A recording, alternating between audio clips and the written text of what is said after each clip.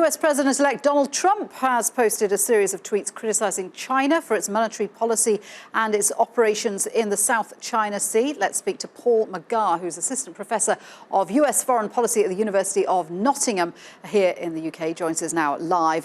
Paul, good to have you with us. So, first of all, what do you make of the fact that the President-elect is posting tweets that are so critical of China? I mean, is this a deliberate thing, or do you think it was off the cuff?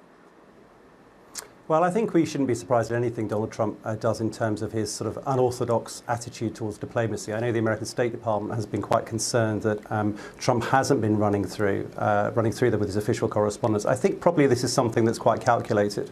I think Donald Trump has made lots of rhetoric during his campaign, his presidential campaign, using a populist message about China stealing American jobs, dumping cheap steel on the United States, devaluing its currency deliberately to make Chinese exports more attractive. So this is a narrative, I think, that feeds into a long process of Donald Trump trying to vilify China as an economic pariah who's really taking away American prosperity and American jobs. So I don't think this is an off-the-cuff comment. Okay. I think it's quite calculated.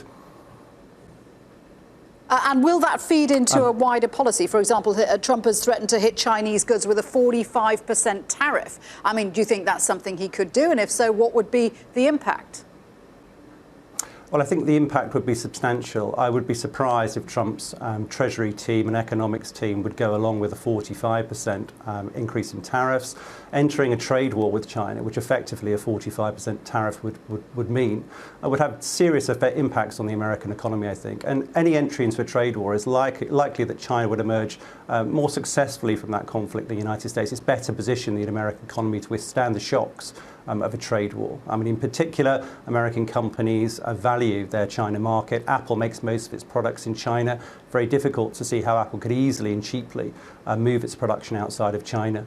And Apple's products, the second biggest market for Apple's products is in China. Similarly, Boeing in the aviation industry, huge market in China, domestic Chinese airlines, a huge market for Boeing.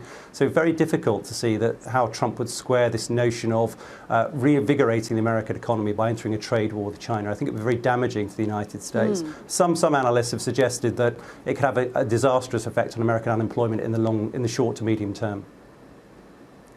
And politically as well, you wonder what relations will be between China and the US, because we had Trump calling the president of Taiwan last week, which is unprecedented. Should Beijing be worried that the status of Taiwan might well change under a Trump presidency?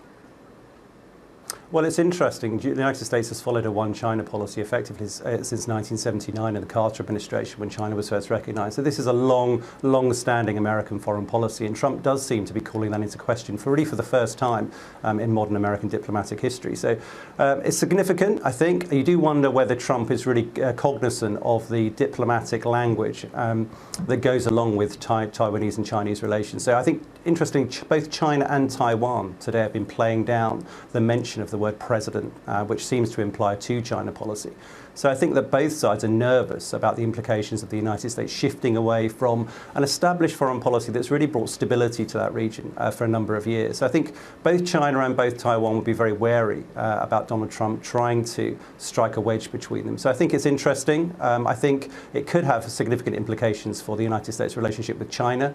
If Trump continues with this rhetoric, I think it could really add a toxic element to the United States' relationship with Beijing on the diplomatic front. Interesting stuff, Paul. Thank you very much indeed for that. Paul McGarr there.